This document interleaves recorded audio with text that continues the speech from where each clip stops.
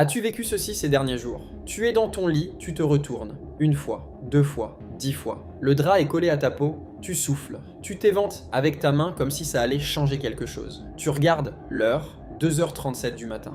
Et il fait encore 29 degrés dans ta chambre. Tu bois une gorgée d'eau tiède. Tiède, parce que même ta bouteille a capitulé. Tu fermes les yeux, tu les rouvres, tu te lèves, tu vas à la fenêtre. L'air dehors, exactement pareil. Et là, une seule question dans ta tête, est-ce que je vais survivre à ça? Eh bien, laisse-moi te dire quelque chose. La nuit du 22 au 23 juin 2026 a été officiellement la nuit la plus chaude jamais enregistrée en France depuis le début des relevés météo. La température minimale moyenne n'est pas descendue sous les 21,6 degrés à l'échelle nationale. Et à Pouzauges, en Vendée, le thermomètre n'est pas descendu sous les 28,7 degrés Celsius de toute la nuit. 28,7 degrés. La nuit. Le minimum. À Paris, des habitants ont erré dans les parcs jusqu'au matin en quête de fraîcheur. Le thermomètre n'est pas descendu sous les 26,4 degrés Celsius. Du jamais vu. Et voilà ce que vous ne savez peut-être pas, un nouveau dôme de chaleur est sur le point de s'installer sur la France début juillet. Ce que tu viens de vivre, ce n'était pas un accident, ce n'était pas exceptionnel, c'était un avant-goût. Alors aujourd'hui, je te donne les 10 meilleures armes pour survivre aux nuits qui arrivent sans climatisation,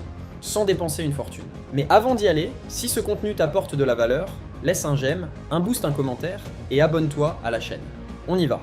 Avant les astuces. Pourquoi ton corps souffre plus la nuit? 30 secondes. Je t'explique le mécanisme. C'est important parce que tout le reste en découle. Pour s'endormir, ton corps doit baisser sa température interne. C'est automatique, c'est biologique, ce n'est pas une préférence. La température idéale dans ta chambre pour que ce mécanisme fonctionne, entre 16 et 18 degrés Celsius. C'est à cette plage que ton cerveau entre dans les cycles profonds du sommeil, récupération musculaire, stockage des souvenirs, réveil dynamique. Ta chambre la nuit dans canicule? 28, 29, 30 degrés. Ton corps essaye de se refroidir. Il ne peut pas, il transpire, il s'épuise, il ne récupère pas. C'est cette persistance nocturne qui rend la canicule particulièrement dangereuse. Le corps n'a plus le temps de se refroidir pendant la nuit, ce qui accélère l'épuisement. Voilà pourquoi, au bout de 3 nuits de canicule, t'es cassé. Même sans bouger, même sans sortir. Ton corps a travaillé toute la nuit sans jamais récupérer. Maintenant, tu comprends l'enjeu. Voilà les solutions. Astuce numéro 1, le thermomètre. L'outil qui change tout. Tu ne peux pas agir si tu ne mesures pas. La première chose à avoir, et c'est pas cher du tout,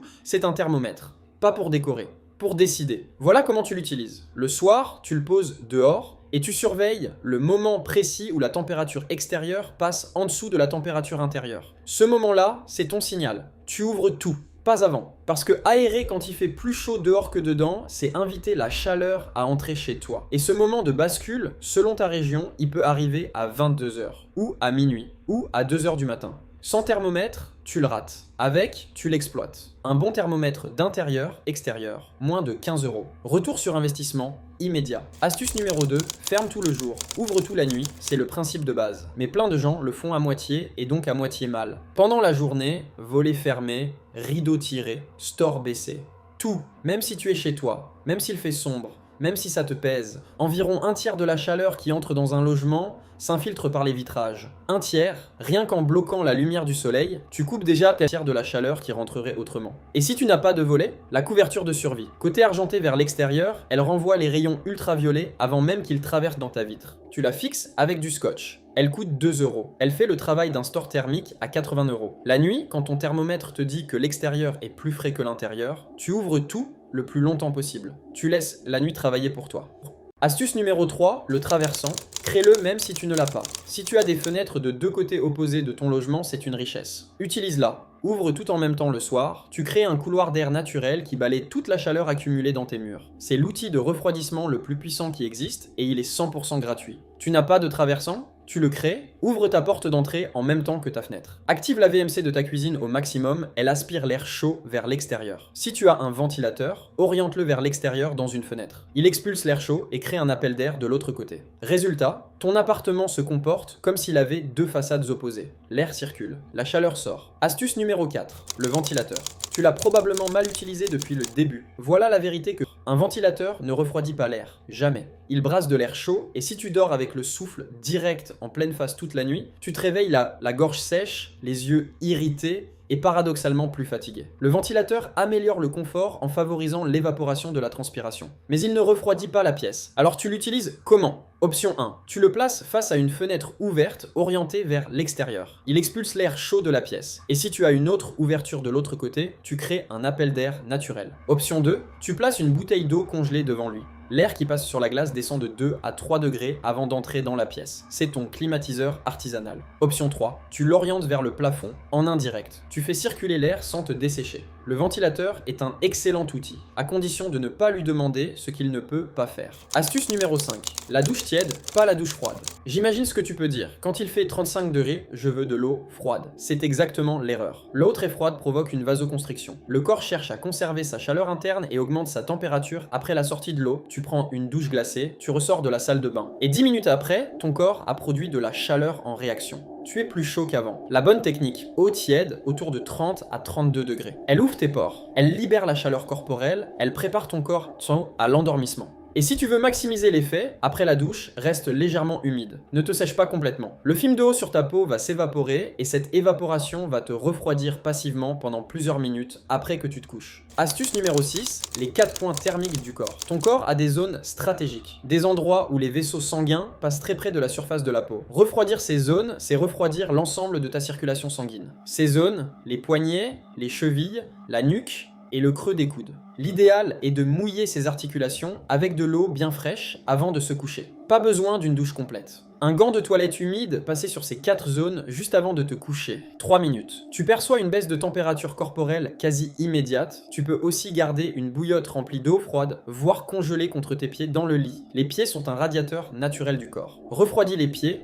tu refroidis le corps. Coût total, 0 €. Astuce numéro 7. Ce que tu manges à 20h détermine ta nuit. Digérer, c'est travailler, et tout travail produit de la chaleur. Un repas lourd, le soir viande, féculents, fromage, alcool mobilise ton système digestif pendant 3 à 5 heures. Pendant tout ce temps, ton corps est en mode activité. Sa température interne est élevée. Tu ne peux pas t'endormir correctement dans cet état. Le soir en canicule, léger, frais, hydratant. Concombre, tomates, pastèques, yaourt, salade de riz froid, légumineuses en conserve, poisson froid. Des aliments qui refroidissent de l'intérieur et qui se digèrent vite. Et l'alcool, même un verre de rosé, déshydrate, augmente la sudation nocturne et casse les cycles du sommeil profond. Tu t'endors plus vite et tu te réveilles plus épuisé. C'est un piège classique de l'été. Dernier conseil alimentaire, n'utilise pas ton four le soir, ni ta gazinière plus que quelques minutes. Chaque appareil qui chauffe dans ton logement ajoute des degrés à ta nuit. Astuce numéro 8, le drap humide, ton climatiseur à 0 €. C'est l'astuce que les anciens connaissaient et que la génération des climatiseurs a oublié. Tu prends un drap ou un grand tissu, tu le mouilles et tu l'essores bien,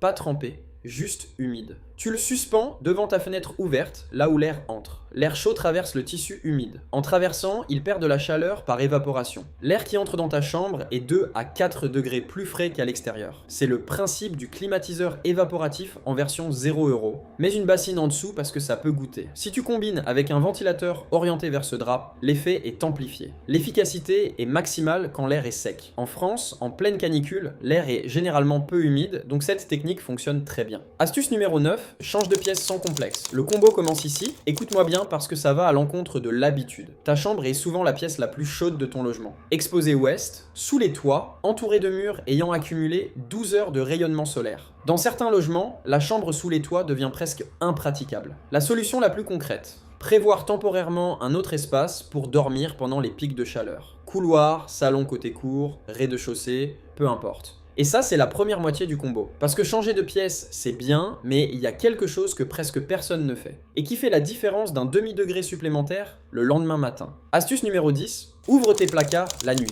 La deuxième moitié du combo. Quand tu aères ton logement le soir, tu rafraîchis la pièce principale, mais tu oublies quelque chose. Tes placards. Ils sont fermés depuis des heures et contiennent de l'air chaud piégé. Au moment où tu ouvres les fenêtres le soir, ouvre aussi tous tes placards. Cet air chaud emprisonné va se mélanger à l'air frais qui entre. Le résultat, le lendemain matin, ton logement est plus frais qu'il ne l'aurait été, pas 3 degrés, peut-être un demi-degré, et combiné avec l'astuce 9, placards ouverts et draps humides, tu n'as plus besoin de climatisation pour dormir. Tu as juste besoin de méthode. Petite récap, on récapitule les 10 astuces. 1. Un thermomètre pour agir au bon moment, pas à l'aveugle. 2. Tout fermer le jour, Tout ouvrir la nuit quand l'extérieur est plus frais. 3. Créer un traversant même si tu n'en as pas naturellement. 4. Le ventilateur orienté vers l'extérieur, tu chasses le chaud, tu ne le brasses pas dedans. 5. Douche tiède avant de dormir, pas douche froide. 6. Les 4 points thermiques humidifiés. Poignets, chevilles, nuque, coude, avant le coucher. 7. Repas léger le soir, digérer produit de la chaleur, évite le four. 8.